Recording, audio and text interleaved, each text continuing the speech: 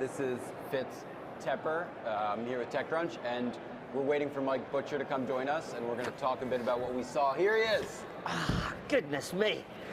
It's You're a little late. It's quite exhausting running around Startup Alley and then having to come and do this at the same time. How are you, Fitz? I'm good. How are you? Brilliant. I'm exhausted. Oh, God, yes, I know. We've got a whole another day to go. I know. How I are may you? just go to bed like right after this. Yeah, like 6 o'clock. Yes, I was thinking exactly the same thing, but about 2 o'clock in the morning. I'm good though. I saw some cool startups. You did? Some good speakers. Yes. Oh, is anything standing out for you right now? Some of the speakers were really good. David Plouffe, I think I'm pronouncing his last name right, from Hoover. That was really interesting. Mm-hmm. We had the BetaWorks and Expa guys here. I think it's very interesting to see companies start to shave off parts of Uber's business model, like Via and others. Yeah, and we had Juno here.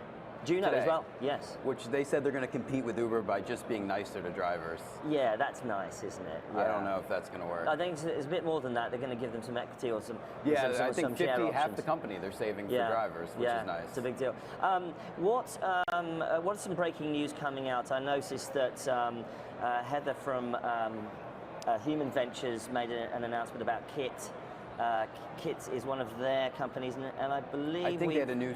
I didn't hear this. This is they've named their first CEO. Okay. And I think that's one of the interesting stories I ran the panel about startups studios today, and startup studios. So you've got the very slightly longer in the tooth one from John Borthwick, BetaWorks, and now you've got this new one called Human Ventures, and of course Naveen from formerly with Foursquare, now with Expa. So these startup studios, very hot right now in New York. And Expa's, I think, in San Francisco, right? And yeah, so this is like the sister organization with in New York now. So so Kit is a social network for products from startup studio Expa, and they've named their first CEO.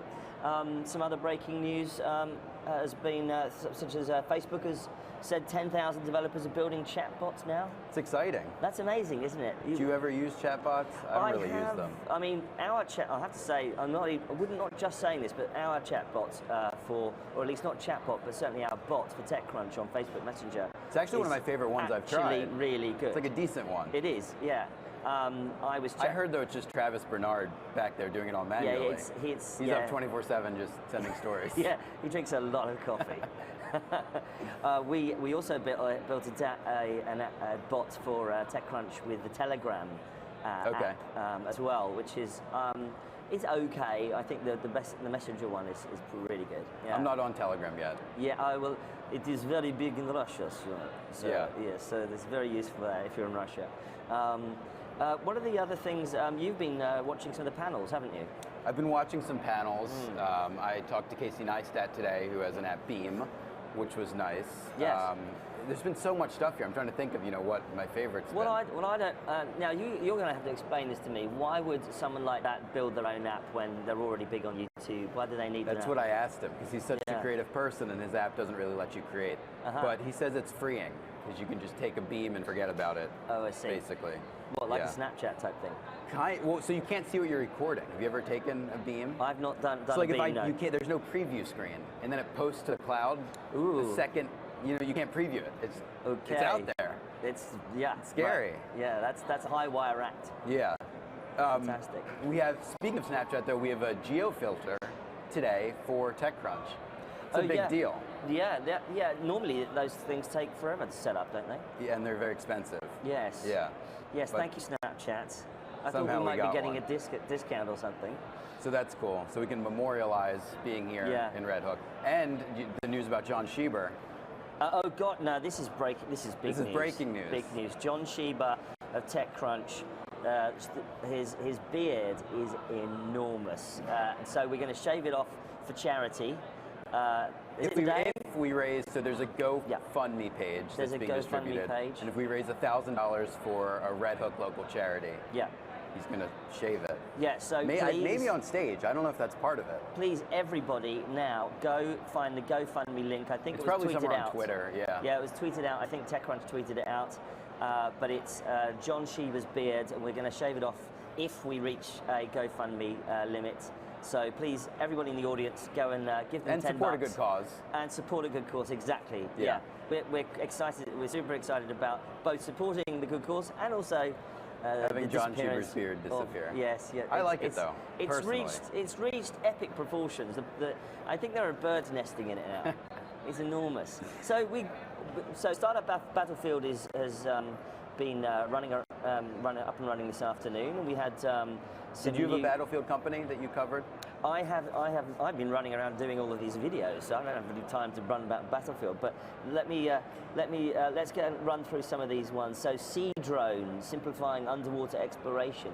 Okay. That was very interesting. Now we saw last year that a sea drone, or an underwater drone anyway, appear as an MIT project, which was in the alley and then actually ended up as a wildcard on stage.